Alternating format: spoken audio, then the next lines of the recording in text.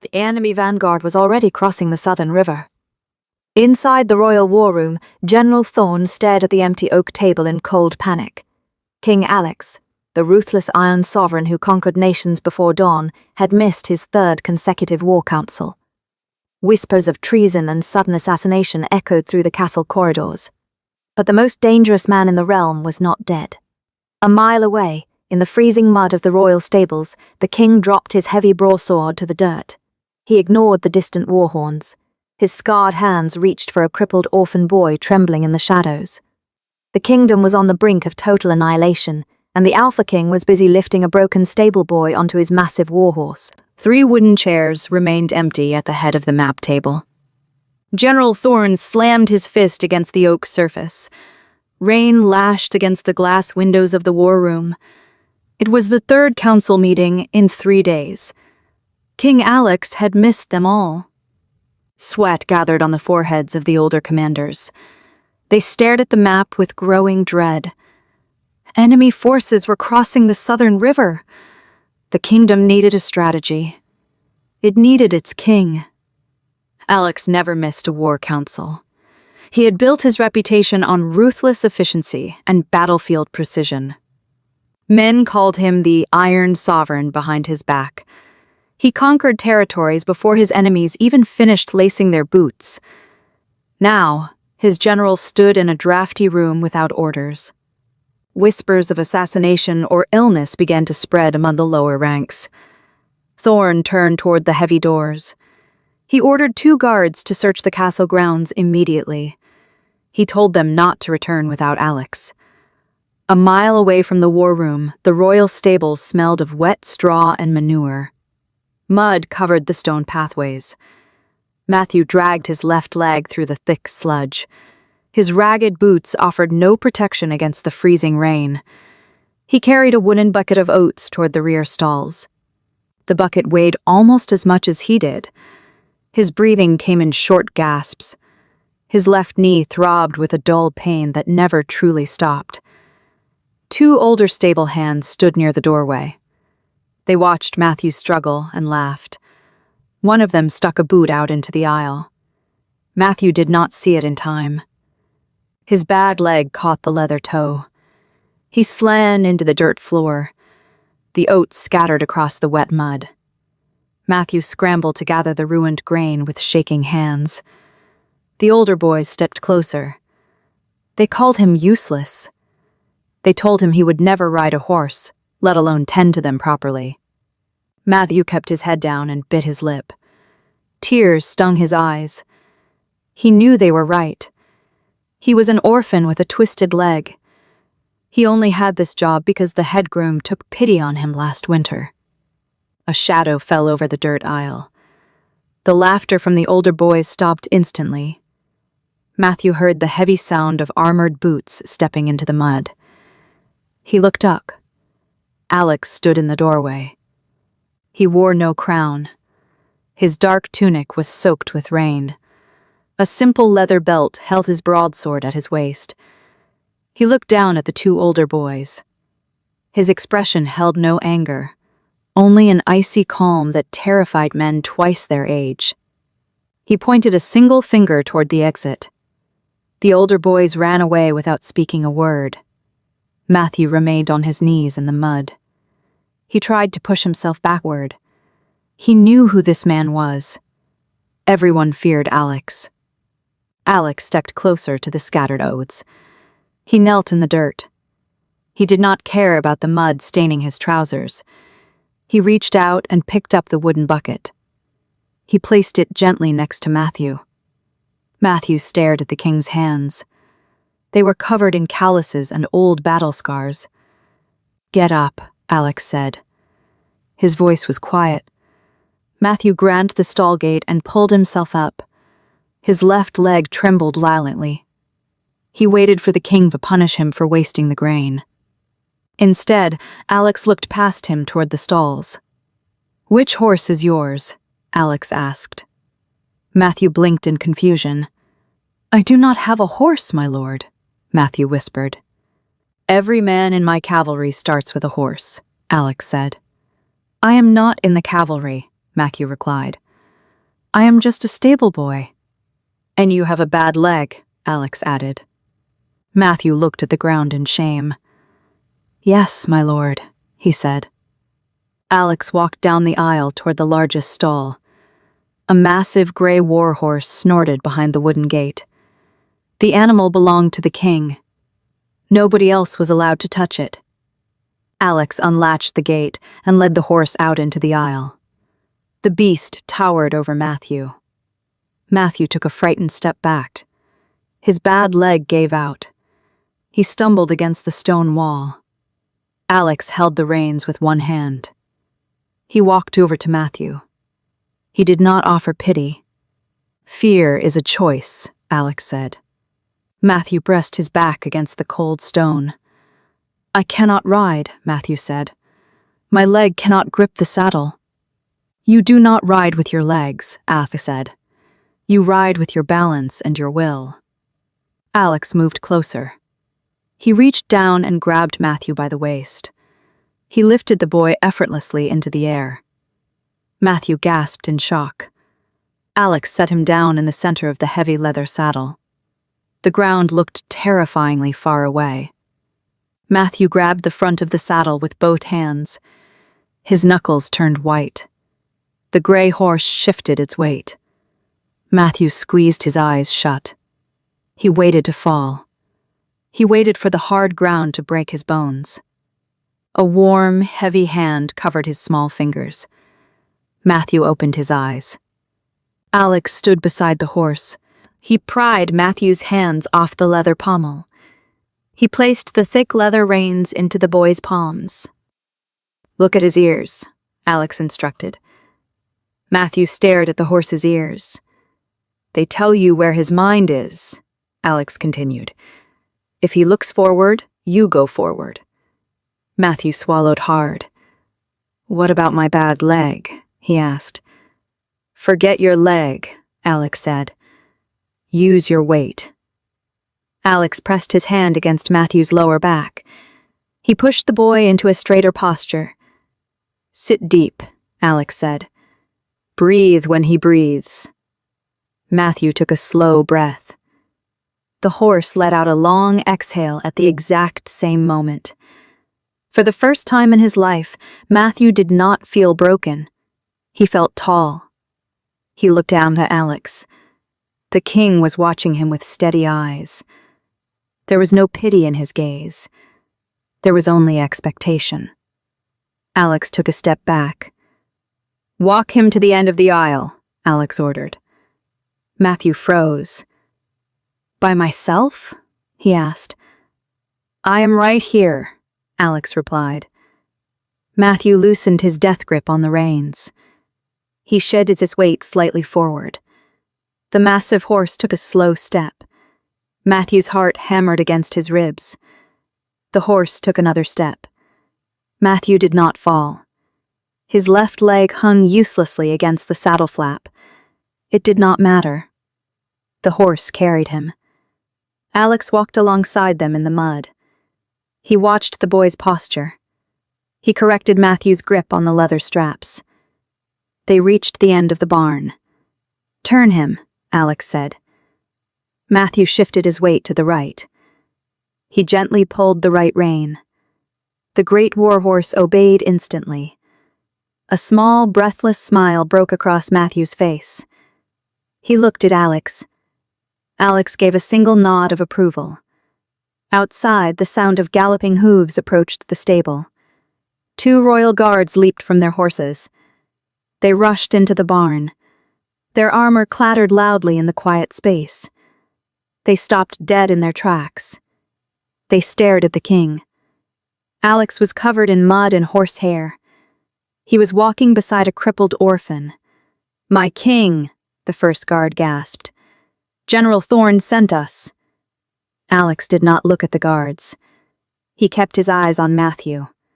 The council has been waiting for 3 hours, the guard pleaded. The enemy is at the river. Matthew stopped the horse. His smile vanished. He suddenly remembered who he was. He remembered who Alex was. He started to hand the reins back to the king. Keep holding them, Alex ordered him. Matthew froze. Alex finally turned his head to look at the guards. His eyes hardened back into cold steel. "Tell Thorn the war council is over," Alex said. The guards exchanged a panicked look. "But sire, the strategy," the second guard stuttered. "There is no strategy," Alex replied. "Tell the commanders to saddle their horses." Alex turned back to Matthew. He adjusted the boy's left foot in the stirrup. "We ride for the river at dawn," Alex said to the guards. "Anyone not ready will be left behind." The guards bowed quickly and ran out of the stables. Alex looked up at Matthew. "Keep your back straight," Alex said quietly. "We are going to trot." Matthew gripped the reins tighter. He nodded once. Outside, the kingdom prepared for a bloody war. Inside the stables, a crippled boy learned how to fly. Alex walked beside him through the dirt. He did not leave the boy's side for the rest of the afternoon. Dawn broke over the castle walls like a bruised eye. The courtyard roared with the deafening sound of iron and restless horses. Thousands of soldiers formed tight ranks in the freezing mud. Torches hissed in the heavy morning mist. Alex sat atop his massive gray warhorse at the front of the vanguard. He watched his army assemble with cold calculation. His dark armor absorbed the dim morning light. He waited for the signal to march. Deep inside the royal stables, the air was pitch black and silent. Matthew limped down the narrow dirt aisle with an unlit lantern. His breath plumed in the freezing morning dampness. He wanted to feed the cavalry horses before the soldiers claimed them. Harsh whispers echoed from the back storage room. Matthew hid his lantern by its stack of hay bales. He dragged his bad legs silently toward the voices. The head grooms stood near the rear exit with the two older boys. They were frantically loading heavy sacks of winter grain onto a wooden cart. The grain belonged strictly to the king's cavalry. Matthew clutched the rough twine of his empty feed bag. He knew the war horses would starve and the long march without those rations. He stepped out from the shadows into the dim lantern light. He told them they could not take the king's grain. The head groom sneered at the crippled orphan. He did not even bother to draw a weapon or raise a fist. Instead, he kicked the wooden support beam holding the root cellar door open. The heavy oak door swung shut with terrifying speed. Matthew tried to limp backward out of the way. His bad knee buckled under his own weight. He tumbled backward down the steep stone steps. He fell into the pitch-black freezing dark of the underground cellar. The heavy wooden door slammed shut above his head. The iron deadbolt clicked into place with a sickening echo. Matthew dragged himself off the frozen dirt floor. His left leg throbbed with a sharp, blinding pain. He pounded his small fists against the thick oak planks. No one could hear his voice over the noise of the army outside. The cellar dropped rapidly to a freezing temperature. Frost clung to the jagged stone walls. Matthew curled into a tight ball in the darkest corner. He pulled a torn wool blanket over his shivering shoulders. Alex had draped that old blanket over him the night before. It still smelled faintly of wood smoke and leather. Matthew closed his eyes and tried to remember the feeling of sitting on the war horse. He focused on the warmth of the king's heavy hand against his back. The brutal cold seeped slowly through his thin clothes. Hunger twisted his stomach into tight knots. He squeezed his eyes shut and prayed the horses would survive the journey. Above ground, the war horns blew a mournful, heavy sound. Alex adjusted his thick iron gauntlets. General Thorn rode up to his sovereign's side. The general reported that the vanguard stood ready to march toward the river. Alex nodded slowly without looking at him. He scanned the chaotic edges of the courtyard. Soldiers shouted final orders and loaded the last supply wagons. Stable hands rushed back and forth to saddle the remaining mounts. Alex narrowed his sharp eyes. He did not see a small boy with a twisted leg anywhere in the crowd. He had expected Matthew to be standing by the main gates to watch the departure. Alex tightened his grip on the thick leather reins. A strange tension knotted in his gut. He turned his warhorse away from the open iron gates. Thorn yelled out in pure confusion. Alex ignored his highest commander completely. He urged his horse into a brisk trot back toward the stables. The massive animal pushed through the crowd of startled infantrymen. Alex dismounted before the beast even fully stopped. His boots hit the mud with a heavy, dangerous thud. He walked into the dim stable with long, deliberate strides. The head groom froze midway through tying down the stolen grain cart. The two older boys dropped a sack of oats into the mud. Alex looked at the loaded cart and then at the trembling men. His face became a mask of cold, unforgiving stone. He asked a single question about the boys' whereabouts. The grooms stuttered and pointed nervously toward the eastern fields. He lied about sending Matthew to fetch fresh water from the river. Alex drew his broadsword in one fluid, silent motion. The heavy steel hissed against the leather scabbard. He drove the blade deep into the wooden post right next to the groom's head. The man collapsed to his knees in sheer terror. Alex demanded the truth in a voice that promised absolute retribution. One of the older boys pointed a shaking finger at the cellar floorboards.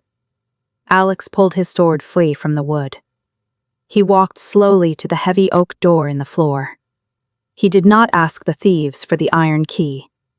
Alex kicked the heavy lock with his steel-toed boot. The wood splintered violently and the door flew open. A blast of freezing, stale air rushed out of the dark hole. Alex grabbed a lantern from the wall and walked down the stone steps.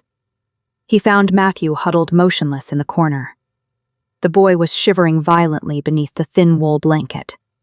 His lips were tinted blue from the free-from dampness of the earth. Alex knelt quickly in the frost. He took off his heavy royal fur cloak without hesitation. He wrapped the massive, warm garment around Matthew's small frame. Matthew opened his eyes slowly and blinked at the light. He whispered a weak apology for failing to protect the cavalry grain.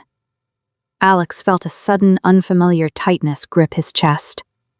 He scooped the frail boy gently into his armored arms. He carried him up the narrow stairs and into the morning light. The groom and the older boys were still kneeling in the dirt. General Thorn ran into the stable, followed by a squad of royal guards. Thorn stared in shock at the king holding a crippled peasant. Alex did not raise his voice when he issued his commands. He ordered the guards to arrest the three thieves immediately. He told Thorn to return the stolen provisions to the supply wagons. Alex declared that the thieves would march ahead of the army without their shoes. They would clear the rocky southern road of debris until their feet bled. Karma always found its way to those who preyed upon the defenseless. Alex looked down at the shivering boy in his arms. Matthew gripped the edges of the heavy fur cloak with numb fingers.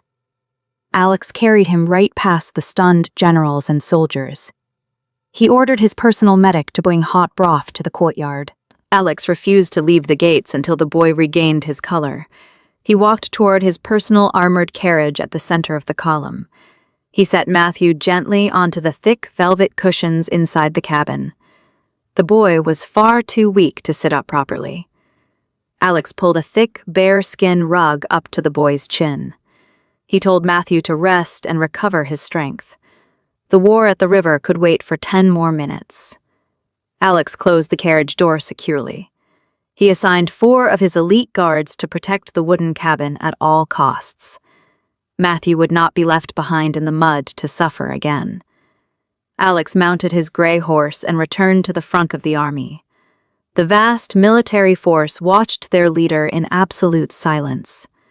They had never seen the Iron Sovereign show such raw mercy.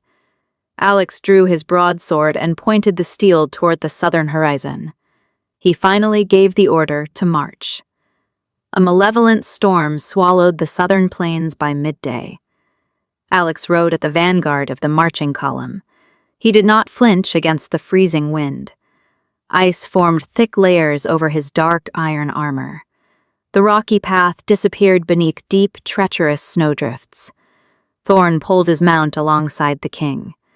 He shouted over the deafening wind, He warned that the infantry was too exhausted to continue. Alex raised a heavy steel gauntlet. He ordered the army to halt near a dense pine grove. The dark trees blocked the worst of the raging abyss. Soldiers rushed to pitch heavy canvas tents in the blinding snow. Alex handed his frozen reins to a shivering guard. He walked directly toward the center of the chaotic camp. 4 elite guards stood completely still outside his private carriage. They bowed as their sovereign approached. Alex opened the heavy wooden door. He stepped out of the violent white storm. The air inside the small cabin felt surprisingly warm. A faint orange light illuminated the dark space. Matthew knelt on the wooden floorboards.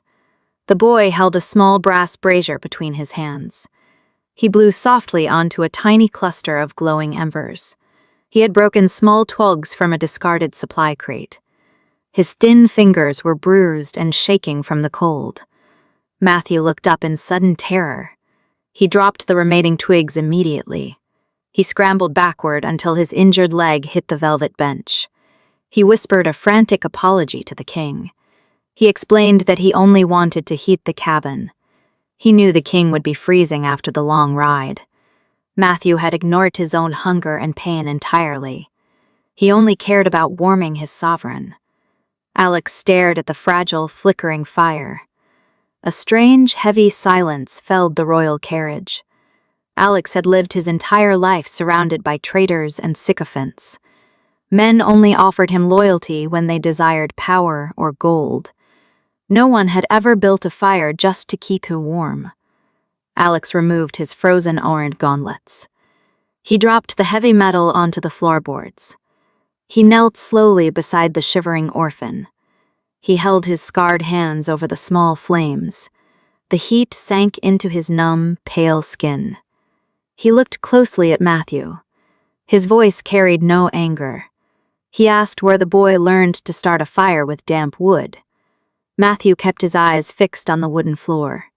He muttered that the royal stables were often too cold in winter.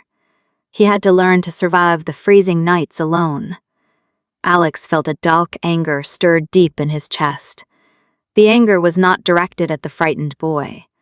It was directed at the men who had let a crippled child freeze. Alex stood up and opened a heavy iron trunk. He pulled out a massive cloak made of pristine black wolf fur. A silver crest of a roaring beast marked the shoulder. The royal mantle was a symbol of absolute authority. Alex turned back to the boy. He draped the heavy fur over Matthew's narrow shoulders. The thick material instantly swallowed the boy's frail frame.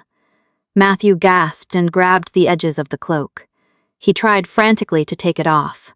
He stammered that a stable hand could not wear the king's colors. He believed it was a crime punishable by whipping. Alex stopped the boy's hands with a firm, inescapable grip.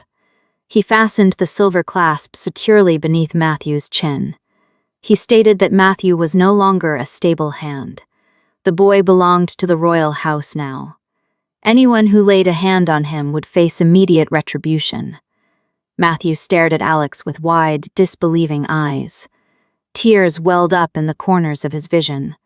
He did not know how to process such absolute protection. A loud knock echoed suddenly against the carriage door. Thorne announced from outside that the commanders were ready. The emergency war council needed to commence immediately. Alex released the boy's hands. He ordered Matthew to stay near the fire and sleep. Alex pushed the heavy door open and stepped back into the blizzard. Thorne waited in the deep snow with 3 other generals. They all glanced past Alex into the warm cabin. They saw the crippled orphan wearing the sovereign's mantle. Shock instantly paralyzed the veteran commanders. Thorne opened his mouth to protest the blatant violation of royal law. Alex turned his head slowly. He locked eyes with his highest general. His gaze carried the promise of absolute destruction. The unsupported threat crushed the air out of the commander's lungs. Thorne closed his mouth tightly and bowed his head deeply. The other generals quickly followed suit. They understood the new reality of the military camp. The broken boy was completely untouchable. Alex walked past them toward the command tent. He moved with the terrifying grace of an apex predator. The wind tore at his dark tunic. He did not seem to feel the cold anymore. Inside the massive canvas tent, a map covered a wooden table. Alex stood at the head of the heavy board. He listened to his scouts report the enemy positions. The opposing army had fortified the southern river crossing. They outnumbered Alex's vanguard by 2-1. The generals suggested a slow, defensive retreat. They argued that the blizzard made a frontal assault impossible. Alex stared at the parchment map in dead silence. He picked up a wooden marker representing his cavalry. He did not plan to retreat. He planned to bring absolute ruin to his enemies. He moved the wooden piece across the painted river. He outlined a brutal, high-risk flanking maneuver through the frozen marsh. The strategy required impossible speed and absolute ruthlessness. It was a maneuver only the Iron King could execute. Thorn wiped melting snow from his brow. He asked when the devastating attack would begin. Alex looked up from the illuminated map. His eyes were as dark and cold as the winter storm outside. He declared they would ride before dawn. The enemy would fall before they even realized the storm had passed. The council disbanded in a state of tense urgency. Alex walked back through the quiet, freezing camp. The winter storm had finally begun to break. Moonlight cut through the shifting black clouds. He approached his heavily guarded carriage. He opened the door with quiet precision. The brass brazier had burned down to warm, glowing ash. Matthew was fast asleep on the velvet cushions. The boy clutched the heavy wolf fur tightly to his chest. His breathing was steady and deep. The sharp lines of pain on his young face had finally vanished. Alex sat down slowly on the opposite bench. He rested his heavy broadsword across his knees. He watched the boy sleep in the quiet cabin. Tomorrow, Alex would unleash utter devastation upon the river valley. Tonight, he sat quietly in the protective dark. He kept the silence unbroken. Dawn had not yet pierced the heavy winter clouds. Alex rode at the head of his elite cavalry. The frozen marsh crept quietly beneath the eaves of their war horses. He signaled his commanders with a sharp motion of his hand. Thousands of riders advanced in absolute silence. The freezing mist completely concealed their approach from the enemy scouts. They charged into the fortified river valley like a sudden avalanche. The opposing forces were completely unprepared for the brutal ambush. Panic swept through the enemy camp in mere seconds. Tents collapsed under the thundering hooves of the advancing cavalry. Alex drew his broadsword as he breached the frontline barricades. He fought with devastating precision. His blade moved as a blur of deadly steel. He targeted the enemy lieutenants first. He dismantled their chain of command with clinical efficiency. No soldier could match his speed or his terrible strength. He drove his horse depot into the heart of the frantic formation. The opposing vanguard finally rallied and tried to surround him. They raised their spears in a desperate attempt to trap him against the riverbank. Alex shattered their defensive lines with a single, brutal charge. He struck with the fury of a natural disaster. General Thorn protected the right flank with equal ruthlessness. The veteran general watched Alex fight with renewed awe. Alex usually fought with cold calculation. Today, he fought with a dark, consuming fire. The battle lasted less than an hour. Victory belonged entirely to Alex. He ordered the surviving enemy commanders to drop their weapons. They surrendered immediately upon seeing his terrifying silhouette against the rising sun. Alex secured the vital river crossing without losing a single cavalry unit. He commanded Thorn to shackle the high-ranking prisoners. His breath plumed in the freezing morning air. He wiped a thin layer of frost from his steel visor. He did not stay to celebrate the rapid conquest. His mind shifted immediately back to the secure camp in the northern pines. He turned his massive gray warhorse away from the battlefield. He rode back toward the tree line at a punishing gallop. Miles away, Matthew finally opened his eyes. The thick wolf fur kept him incredibly warm. He sat up and looked out the small carriage window. The blizzard had passed entirely during the night.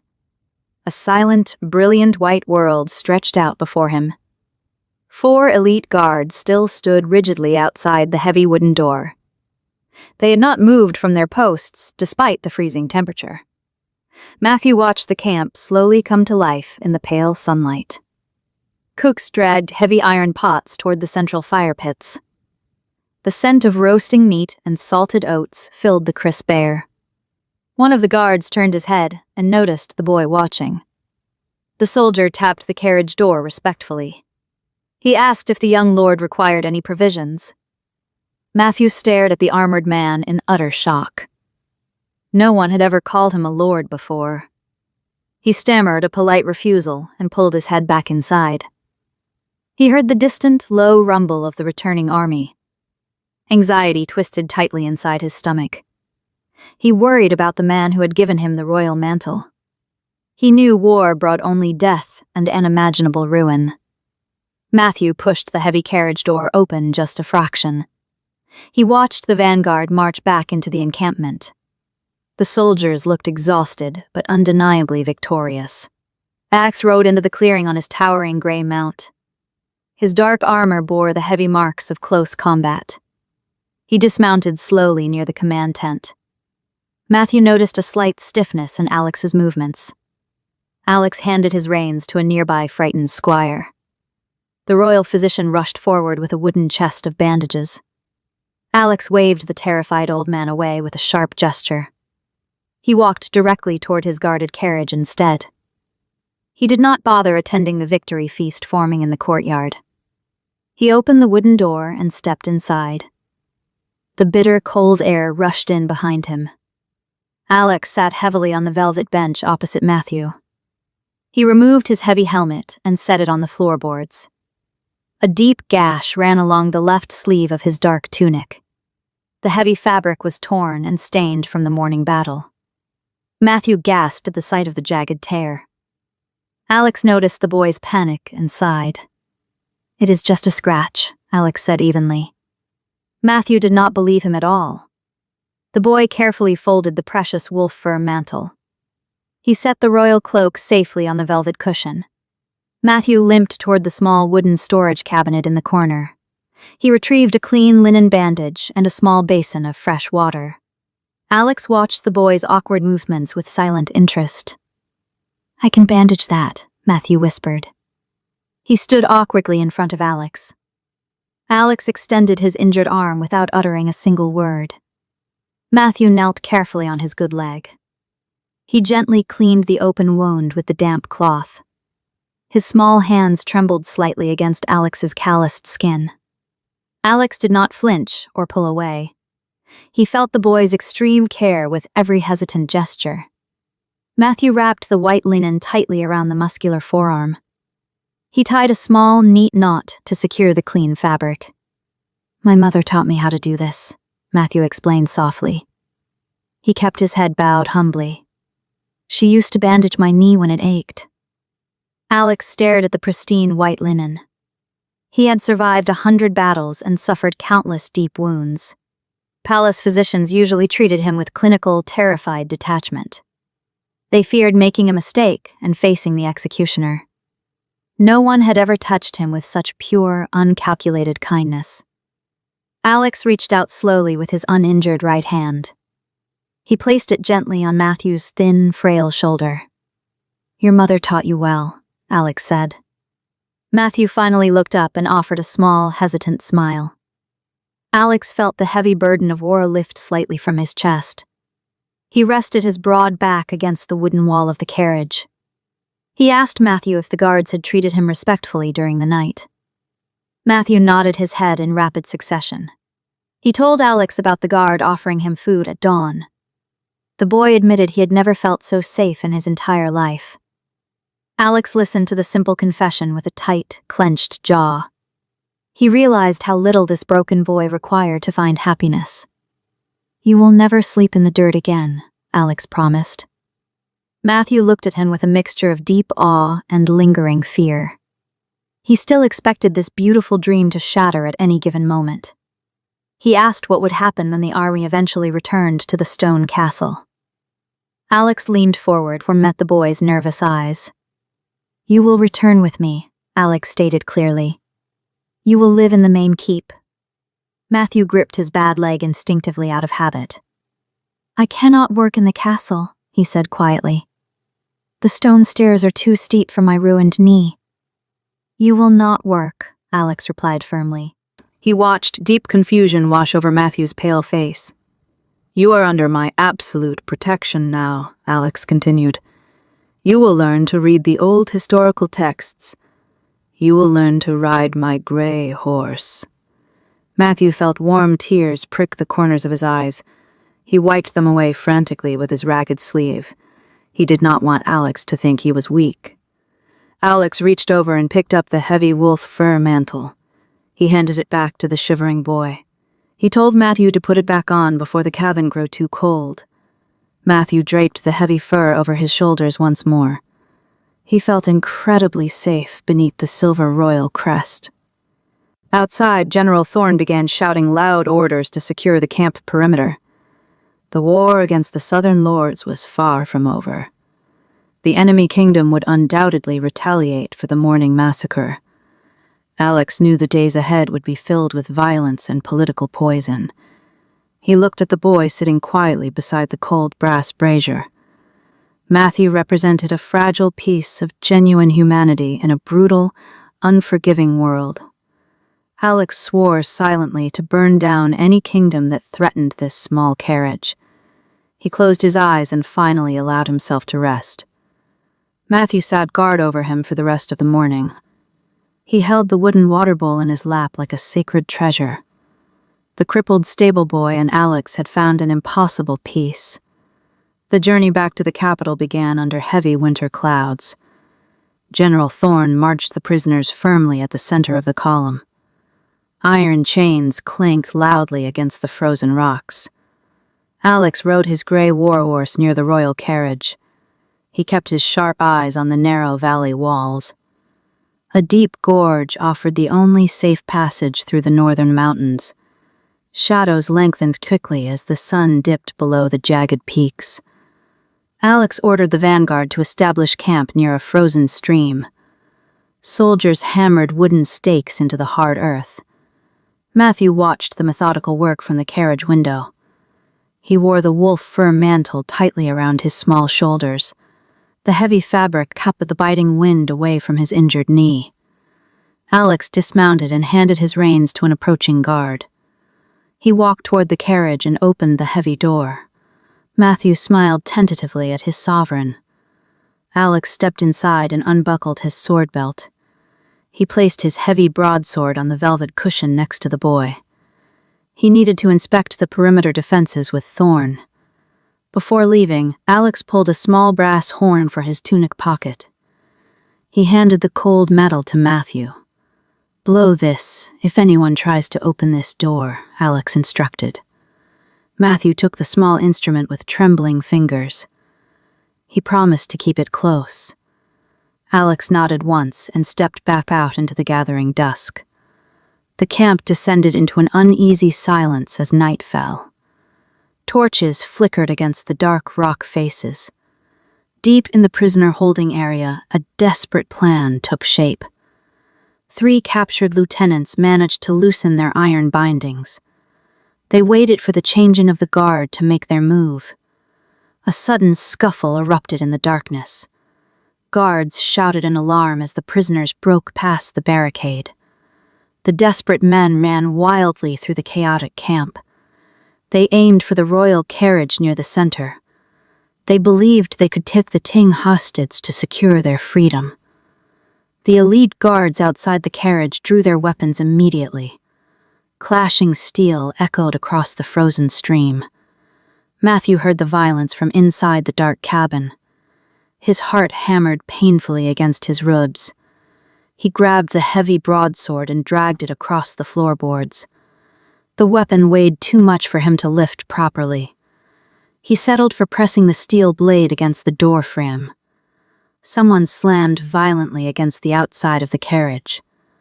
The wood splintered slightly under the heavy impact. One of the prisoners yelled a vicious command. A bloody hand ripped the door handle downward. The door swung open to reveal a desperate man with a stolen dagger. The assassin froze when he saw only a crippled boy inside. Matthew did not hesitate. He raised the brass horn to his lips. He blew with every ounce of air in his small lungs. A sharp, piercing note tore through the night air. The assassin cursed and lunged forward into the cabin. Matthew scrambled backward and threw the brass horn at the man's face. The metal struck the attacker square in the jaw. The man stumbled and dropped his dagger onto the wooden floor. Before the assassin could recover, a massive shadow blocked the doorway. Alex had crossed the cup with terrifying speed. He did not bother drawing a weapon. He grabbed the assassin by the collar of his ruined tunic. Alex dragged the man out of the carriage with brutal force. He threw the lieutenant into the frozen mud like a broken doll. The other two prisoners charged at Alex from the shadows. Alex met their advance with absolute ruin. He dodged a wild spear thrust and struck the first man's chest. The impact shattered the soldier's resolve instantly. The second man tried to strike from behind. Alex spun gracefully and delivered a crushing blow to the attacker's temple. Both men collapsed into the dirt without making another sound. Thorne arrived moments later with a dozen armed guards. The general looked at the fallen prisoners in utter shock.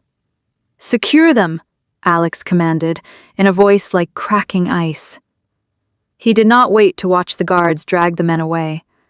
Alex turned his back on the violence and rushed to the carriage. He knelt in the doorway and searched the dark interior. Matthew sat huddled in the corner. His hands were wrapped tightly around the hilt of the king's broadsword. His breath came in short, panicked gasps. Alex stepped inside and closed the shattered door behind him. He knelt on the floorboards directly in front of the trembling boy. He checked Matthew for injuries with quick, precise movements. "Are you hurt?" Alex asked sharply. Matthew shook his head slowly. He let go of the heavy sword and looked at his empty hands. "I blew the horn," Matthew whispered. "I could not lift the sword to protect the carriage." Alex felt a sudden, fierce ache in his chest.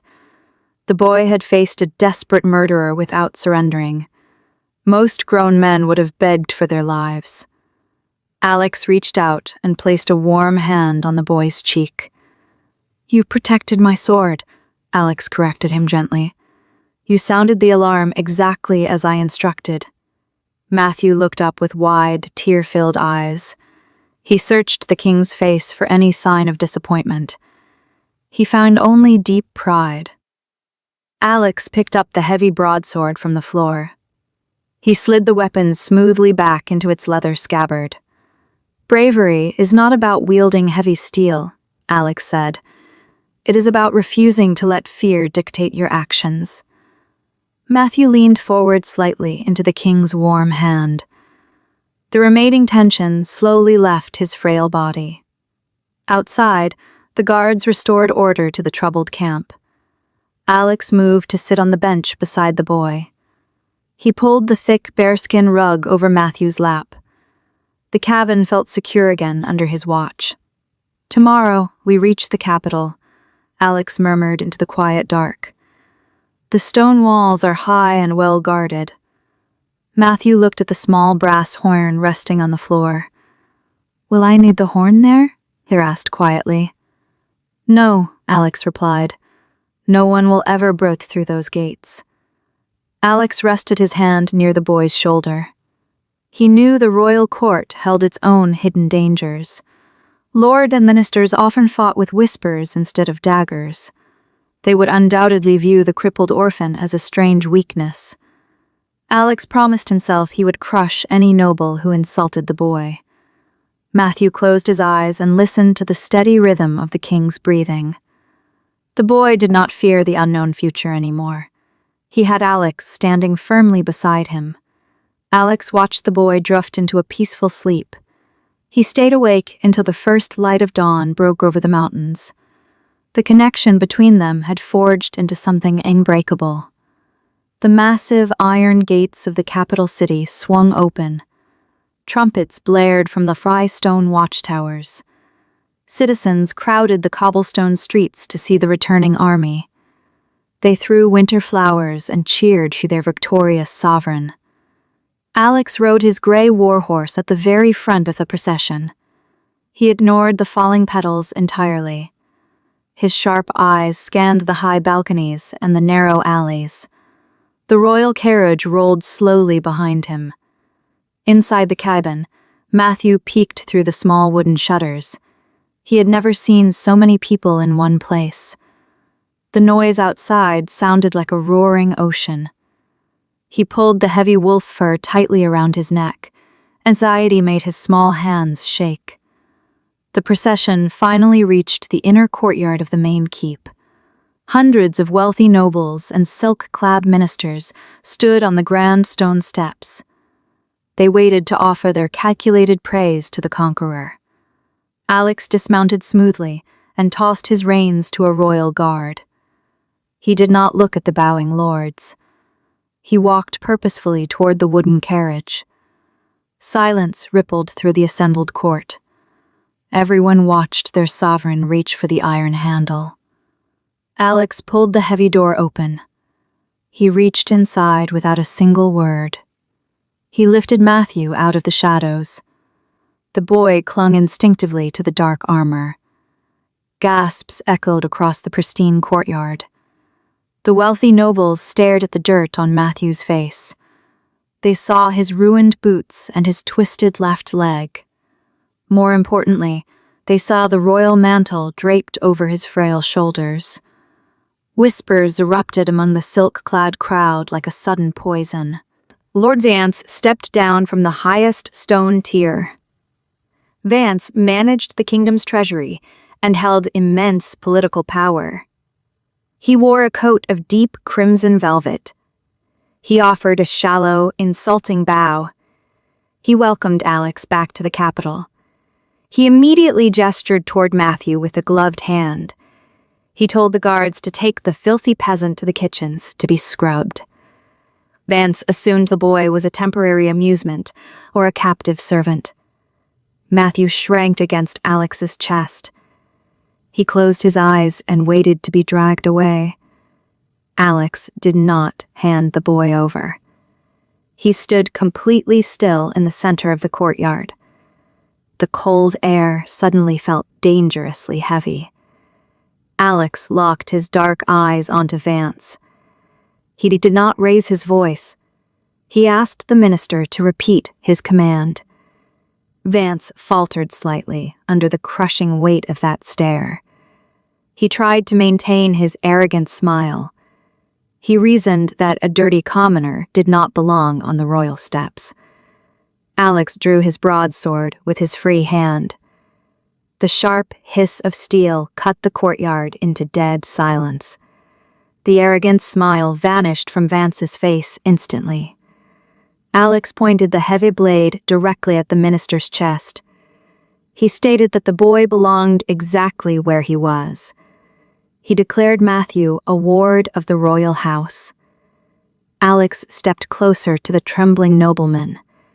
He stripped Vance of his treasury title on the spot. He ordered the guards to escort the former minister out of the keep. Vance tried to utter a pathetic apology. Alex swung his blade in a short, brutal arc. The steel sliced the silver chain of office right off Vance's neck. The heavy metal medallion clattered loudly against the cobblestones. No one breathed. No one dared to move a single muscle. Alex sheathed his sword with a sharp snap. He warned the remaining nobles that anyone who insulted Foy would lose their tongue.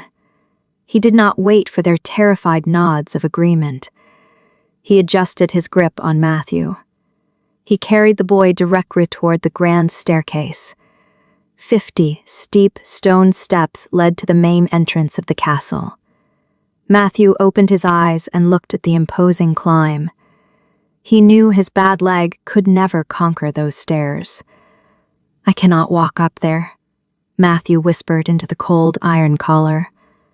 "You do not have to," Alex replied simply. Alex began to climb. He carried the boy effortlessly past the rows of stunned aristocrats. The lords and ladies bowed deeply as he passed. They kept their eyes fixed firmly on the ground. Matthew looked down at the tops of their wealthy heads. He realized they were completely terrified. They did not fear an invading army. They feared the man holding him. Alex reached the massive oak doors of the great hall. Servants rushed to pull the heavy wood open. Warm air and the scent of roasting meat spilled out into the cold morning. Alex stepped into the cavernous entry hall. Tapestries of old battles hung from the high stone walls. A massive fire blazed in the central hearth. Alex walked past the dining tables and headed straight for the residential wing. He carried Matthew down a long corridor lined with tall windows. They stopped in front of a heavy mahogany door. 2 guards snapped to attention and opened the room. The bedchamber was larger than the entire stable back at the winter camp. A massive 4-poster bed dominated the center of the room. Thick woolen rugs covered the polished stone floor. A warm fire already cracked in the marble fireplace. Alex walked to the center of the room and gently set Matthew down. The boy's feet sank into the soft rug. His bad leg did not ache in the warm air. He looked around the luxurious space in absolute disbelief. He asked if this was where the servants slept. Alex unfastened his dark iron armor. He let the heavy breastplate fall onto a wooden stand. "This is my chamber," Alex answered. "You will sleep here until I secure a safe room for you." Matthew stared at the massive bed. He had slept on damp hay and freezing dirt his entire life. He did not know how to exist in a room with silk sheets. "I might ruin the blankets," Matthew muttered. "My hands are covered in soot from the brazier." Alex poured warm water from a silver pitcher into a basin. He brought a clean linen cloth over to the boy. He knelt on the thick rug. He took Matthew's small hands and washed the dirt away himself. He wiped the soot from the boy's scarred fingers with careful precision. Matthew watched him clean his hands with quiet awe. He finally understood the depth of the protection he had been given. Alex dried the small hands with a soft towel. He stood up and pointed toward the bed. He told Matthew to rest while he dealt with the remaining court business. Matthew limped slowly toward the mattress. He climbed up onto the thick down feathers. He pulled the heavy wolf mantle over his shoulders like a shield. Alex walked to the door and looked back. The broken orphan looked incredibly small in the giant bed. Yet for the first time, Matthew looked like he belonged there. Alex closed the door quietly behind him. He left 4 of his deadliest guards in the hallway. He walked back toward the great hall to face the nervous nobility. He knew they would scheme and whisper in the dark. He welcomed their pathetic treason. It would give him an excuse to burn the rest of their arrogance to the ground. He would tolerate no threat to the boys sleeping in his room. Weeks passed inside the towering stone walls of the capital. Winter maintained its iron grip on the kingdom. Snow covered the high parapets and choked the narrow streets. Inside the royal study, a roaring hearth kept the cold at bay. Matthew sat at a heavy mahogany table surrounded by ancient texts. He stared at the faded ink on the cracked parchment. Alex sat across from him with a stack of military reports. The king did not delegate the boy's education to a palace scholar. He taught the orphan the letters himself. Matthew traced a complex historical rune with a scarred finger. He struggled to pronounce the archaic syllables aloud. His voice wavered as he tried to piece the words together. Alex corrected him with infinite patience. Men who failed the king on the battlefield faced swift execution. The boy who stumbled over his words received only quiet encouragement. Matthew slowly mastered the names of the old kings. He learned the complicated geography of the northern rivers. He read a passage about a sovereign who fell to treason. He asked Alex why men betrayed those who fed them. Alex looked up from his battle maps and met the boy's eyes. He explained that greed always corrupted weak minds. He told Matthew that true loyalty could never be bought with gold. Matthew listened and committed the harsh lesson to memory. He proved to possess a sharp and hungry mind. His physical body remained frail and broken. His intellect sharpened into a formidable weapon under Alex's guidance. He absorbed knowledge like a starved traveler drinking from a well. After the morning reading, they walked down to the royal training grounds. Alex had commanded the master saddler to design something unprecedented. A heavy leather saddle sat mounted on a calm chestnut mare. Thick iron braces lined the left side of the riding gear. They were forged specifically to cradle a ruined leg. Alex lifted Matthew and set him onto the horse. He strapped the boy's left knee securely into the metal support. Matthew gripped the reins with a mixture of terror and fierce determination. The brace held his weight perfectly in place. He did not fall when the mare took her first slow step. A bright smile broke across his pale face. Alex walked beside the horse and watched the boy's posture. He taught Matthew how to guide the animal with subtle shifts in balance. The boy learned to trust the iron brace. He learned to trust the gentle rhythm of the mare. For the first time, he moved without a limp. He rode in a slow circle around the snowy courtyard. He felt the wind against his cheeks instead of the freezing mud. The lesson lasted until the sun dipped behind the western towers. Later that evening, shadows stretched long across the stone courtyard. Alex attended a mandatory meeting with his northern generals. Matthew requested permission to visit the chestnut mare before bed. He wanted to offer the gentle animal a fresh apple. 4 elite guards escorted the boy down to the royal stables. The air smelled of clean hay and damp earth. Matthew limped down the quiet aisle toward the mare's stall. He noticed a hooded figure slipping out of the shadows near the grain bins. The stranger moved with frantic, unnatural speed. Matthew stopped and watched the man disappear into the cold night. A deep sense of unease settled in the boy's chest. He dragged his bad leg toward the open wooden bin. He scooped a handful of oats into his palm and brought it close to the lantern. A fine white powder coated the golden grains. Matthew recognized the faint, bitter smell of nightshade instantly.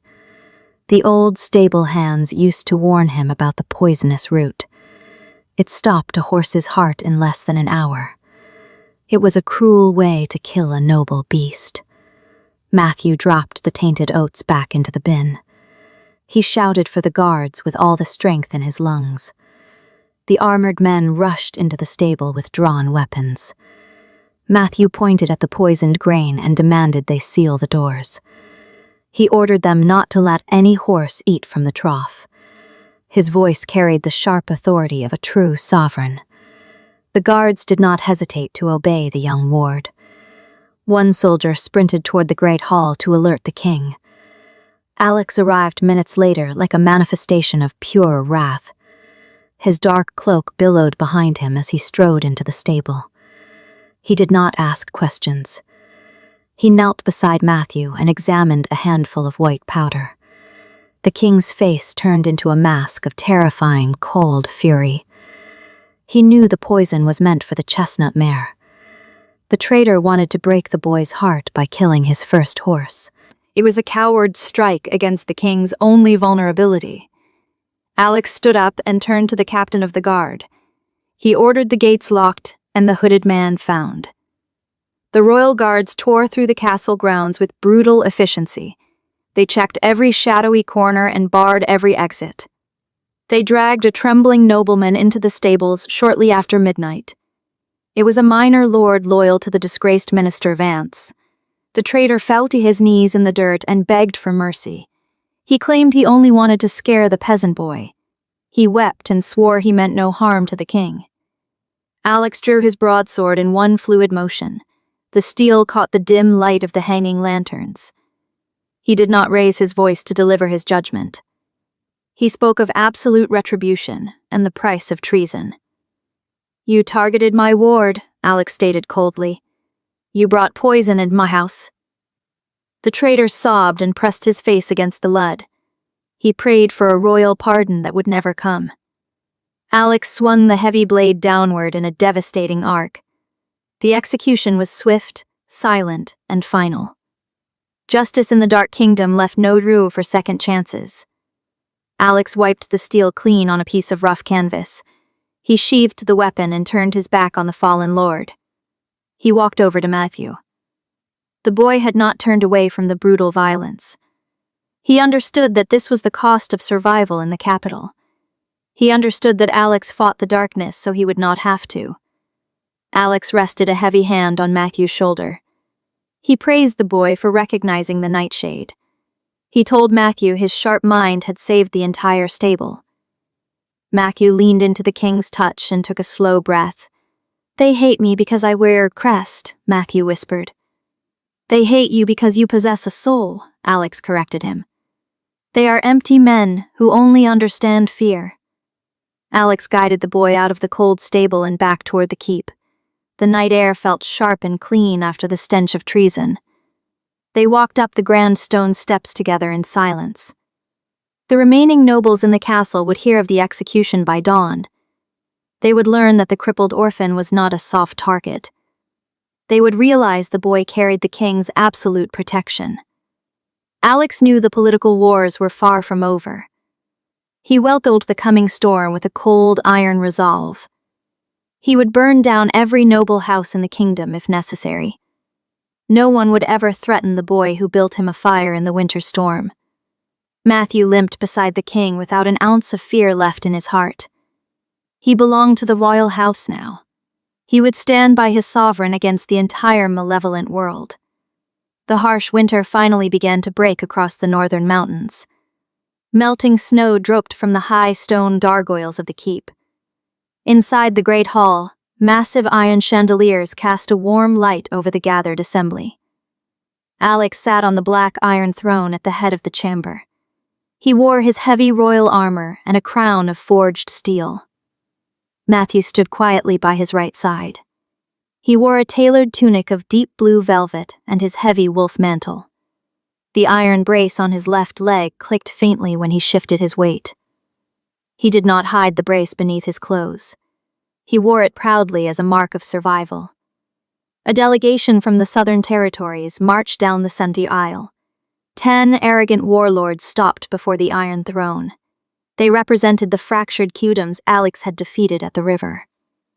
General Thorne stood near the throne with his hand resting on his sword hilt. He watched the southern emissaries with blatant suspicion. The lead emissary was a tall man with a scarred face and silk robes. He bowed slightly without breaking eye contact with Alex. He announced that he brought an offer of permanent peace. He presented a long parchment scroll sealed with lead racks. He claimed the southern kingdoms would unite and swear fealty to Alex. They would provide grain and gold to rebuild the war-torn borders. Alex leaned forward on his throne. He asked for the hidden cost of this sudden generosity. The emissary smiled a cold, calculating smile. He glanced dismissively at Matthew. He stated that the Northern Kingdom required a legitimate royal bloodline to ensure stability. He demanded that Alex marry the eldest daughter of the Southern High Lord. He also laid out a final, non-negotiable condition. He demanded that the crippled ward be sent to the southern capital as a political hostage. He called Matthew a commoner who polluted the sanctity of the royal court. A deathly silence fell over the massive hall. The remaining northern nobles held their collective breath. They secretly hoped the foreign warlords would rid them of the peasant boy. Alex did not speak a single word. He stood up slowly from the Iron Throne. The temperature in the Great Hall seemed to drop instantly. He rested his hand on the hilt of his broadsword. He prepared to sever the emissary's head from his shoulders. He would gladly wage a continent-wide war before surrendering the boy. Before Alex could draw his blade, a small hand gripped his armored wrist. Alex looked down in surprise. Matthew stepped forward past the heavy iron throne. He did not look terrified. He looked directly at the arrogant southern warlord. His voice carried clearly across the silent hall. He asked the emissary how the Southern Army planned to enforce this threat. The emissary laughed a harsh, mocking laugh. He boasted that 60,000 Southern soldiers waited at the border. He claimed they were heavily armed and fully supplied for a long siege. Matthew shook his head slowly. He stated that the emissary was lying. Whispers erupted among the silk-clad nobles. Thorne stared at the boy in absolute astonishment. Alex crossed his arms over his chest and watched Matthew with intense focus. He let the boy hold the floor. Matthew listed the facts he had memorized from the royal ledgers. He pointed out that the southern grain harvests had failed for 2 consecutive autumns. He noted that the recent blizzard had flooded the primary trade routes through the southern valleys. He explained that 60,000 men required massive daily rations to survive a march. He looked the emissary dead in the eye. He declared that the Southern Army was currently starving. He deduced that they were offering peace because they could not survive another month of winter. The emissary's face turned completely pale. His arrogant smile vanished into thin air. Matthew did not stop his relentless breakdown of their strategy. He revealed that the southern iron mines had collapsed during the last earthquake. He knew they could not forge new weapons or repair their broken armor. He called their bluff with devastating precision. He stated that the southern delegation had come to beg for survival, not to make demands. The great hall remained absolutely quiet. Even the traitorous northern nobles were stunned into silence. They had viewed Matthew as a helpless, broken pet.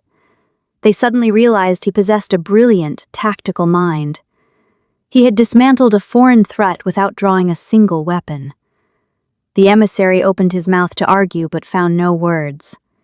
He looked at Alex in sudden panic. Alex walked down the 2 stone steps of the dais. He stood right beside Matthew. He placed a heavy hand on the boy's shoulder. He looked at the defeated southern delegation. His voice rang out like thunder in the cavernous space. He confirmed every single tactical observation the boy had made. He informed the emissary that the Northern Army would not accept their terms. He stated that the Southern lords would surrender unconditionally by sunset. He promised to burn their cities to ash if they refused. He added that they would deliver their grain tribute directly to Matthew. The emissary dropped to his knees on the hard stone floor. The other 9 warlords quickly followed his desperate example. Their grand political trap had been completely destroyed. Alex ordered the guards to lock the emissaries in the lower dungeons until they signed the surrender. He watched the soldiers drag the broken men out of the hall. He turned to face his own court. He swept his dark gaze over the terrified northern nobles. He knew they had secretly hoped the southern plot would succeed. He raised his voice so every person in the room could hear his decree. He announced that Matthew was no longer just a ward of the state. He reached to his waist and unhooked a heavy silver chain. A solid iron key hung from the end of the silver links. It was the master key to the royal treasury and the war room. Alex placed the chain carefully around Matthew's neck. He formally declared the orphan boy as his sole heir and successor. Gasps echoed off the high vaulted ceilings. Thorne immediately drew his sword and dropped to one knee in a salute. The veteran general pledged his absolute loyalty to the new heir. The rest of the court scrambled to follow his lead. Hundreds of wealthy lords and ladies knelt on the cold stone.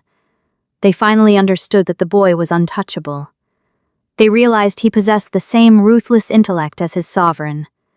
Matthew stood tall despite the heavy iron brace on his leg. He felt the cold weight of the silver chain against his chest. He looked up at Alex. Alex looked down at him with immense, unbreakable pride. The king had conquered armies and destroyed entire kingdoms. He considered this brilliant, resilient boy to be his greatest victory. Matthew did not to grip the king's armor for safety anymore. He had learned how to stand his ground in a room full of monsters. He had learned how to fight with his mind. Alex dismissed the kneeling court with a sharp wave of his hand. He guided Matthew back toward the quiet corridors of the residential wing. They left the political battlefield behind them. The kingdom belonged to them both now. No one would ever dare to question the crippled stable boy again. 15 winters passed over the high stone walls of the capital. The Northern Kingdom enjoyed an era of unprecedented peace. Matthew sat at the mahogany table in the royal study. He read a trade report from the southern valleys. The southern territories sent extra grain every autumn without fail. They respected the young heir more than they feared the royal army. Matthew had rewritten the tax laws to protect the poorest farmers. He funded new orphanages in every major city across the continent. He ensured no child would ever freeze in a dark root cellar again. General Thorne had retired 2 winters ago. The veteran general had surrendered his sword directly to Matthew. Thorne had stated that the kingdom needed scholars more than soldiers. Matthew had accepted the sword and hung it above the hearth. He was no longer a frail boy hiding in the shadows. He had grown into a tall man with broad shoulders. A forged steel brace supported his left leg. The metal joints clicked faintly when he walked. He wore the brace openly as a badge of honor. He closed the heavy ledger and pushed his chair back. The wooden door of the study opened quietly. Alex stepped into the warm room. Silver streaks lined his dark hair. He wore a simple leather tunic instead of heavy iron armor. He had not worn the steel breastplate in over 5 years.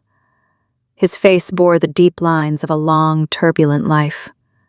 His dark eyes retained their sharp, unyielding focus.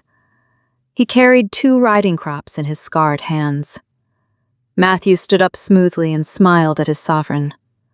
"The morning air is crisp," Alex noted. "We should inspect the eastern perimeter," Matthew replied.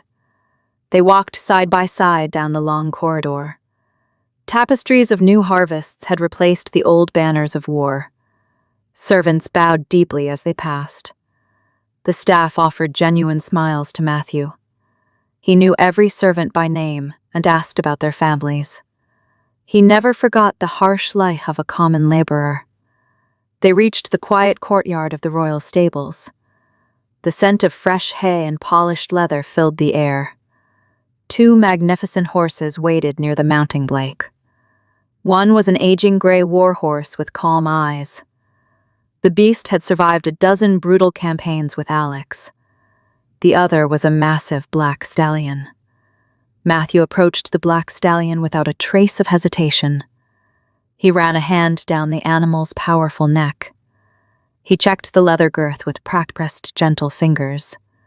He secured his left boot into the custom iron stirrup. He swung himself into the high saddle with fluid grace. He did not limp when he sat upon a horse. He possessed perfect balance and an intuitive connection with the animal. Alex mounted his gray warhorse with his usual quiet efficiency. They rode out through the towering iron gates. The city streets buzzed with early morning activity. Bakers carried wooden trays of fresh bread toward the markets. Blacksmiths stoked their roaring fires in the lower districts. Citizens stopped their wagons to wave at the passing riders. They threw early spring blooms onto the cobblestones. They cheered loudly for Matthew. They called him the architect of the long peace. Alex rode slightly behind Matthew and watched the crowd. Pride swelled deep within his chest. He had spent his youth conquering a violent world with a bloody sword. Matthew had spent his youth healing that same world with a sharp mind.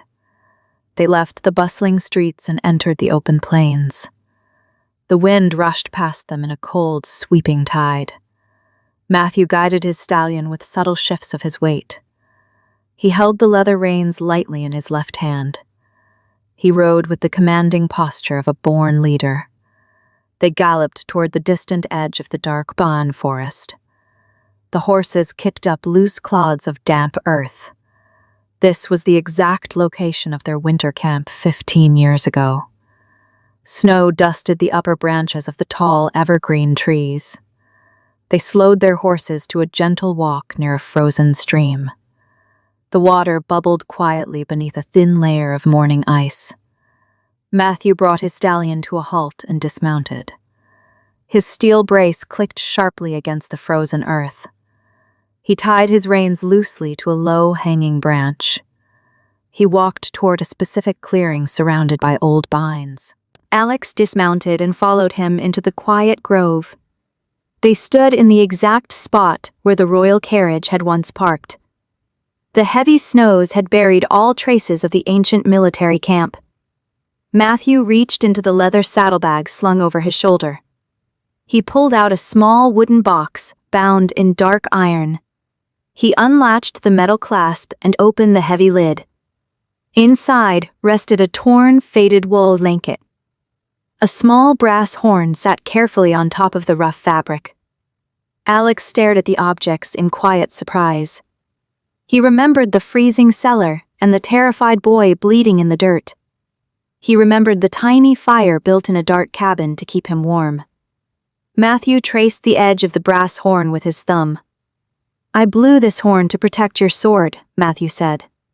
His voice carried a deep, steady resonance that demanded respect. "You protected much more than a sword that night," Alex replied. "You protected my humanity when I had forgotten how to feel." Matthew lifted the worn blanket from the wooden box. He held the rough wool between his strong hands. "I kept this to remember the cold," Matthew explained.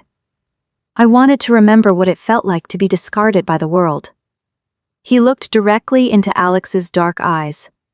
"It reminds me why we must rule with justice instead of fear." Alex felt a sudden profound tightness in his throat. He had taught the boy how to read maps and wield absolute authority. Matthew had taught him how to forgive a broken, unforgiving world. The harsh winter wind picked up across the open clearing. Alex shivered slightly in his thin leather tunic. He had left his heavy fur mantle back at the stone castle. Matthew noticed the subtle movement immediately. He stepped closer to the older man. Matthew unfolded the torn wool blanket. He draped the faded fabric over Alex's broad shoulders. He adjusted the rough edges with careful, deliberate movements. "You cannot ride back with cold shoulders," Matthew said softly. Alex looked down at the old stained blanket. He remembered wrapping this exact fabric around a freezing orphan.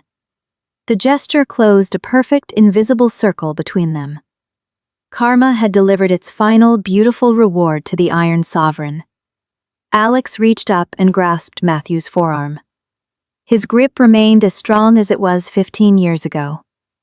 "Thank you," Alex whispered into the quiet wind. They stood together in the peaceful clearing for a long moment. No assassins hid in the shadows of the dark trees. No rival armies marched on their fortified borders. The kingdom rested safely in the palm of Matthew's capable hand. They turned and walked back toward the waiting horses. Matthew secured the wooden box back into his leather saddlebag. He mounted his black stallion with effortless, quiet strength. Alex settled into his own saddle and gathered his heavy reins. They turned their mounts toward the distant stone cabal. The morning sun finally broke through the heavy gray clouds. Golden light spilled across the frost-covered northern plains. It illuminated the winding path back to their home. Matthew spurred his horse into a swift trot. Alex rode beside him in perfect, unbroken unison. They were two men forged in violence and saved by unexpected grace. The crippled stable boy had become a wise ruler in all but name. The Iron Sovereign had finally found his lasting peace. They rode toward the rising sun and left the shadows behind forever. You know, this story really gets to me. It just proves that sometimes the safest shelter is found behind the hardest exterior, and true family is chosen, not inherited. If this touched your heart today, please subscribe. I'd love to know where in the world you're listening from right now. Drop your city in the comments below and tell me how Alex and Matthew's journey made you feel. I can't wait to read them.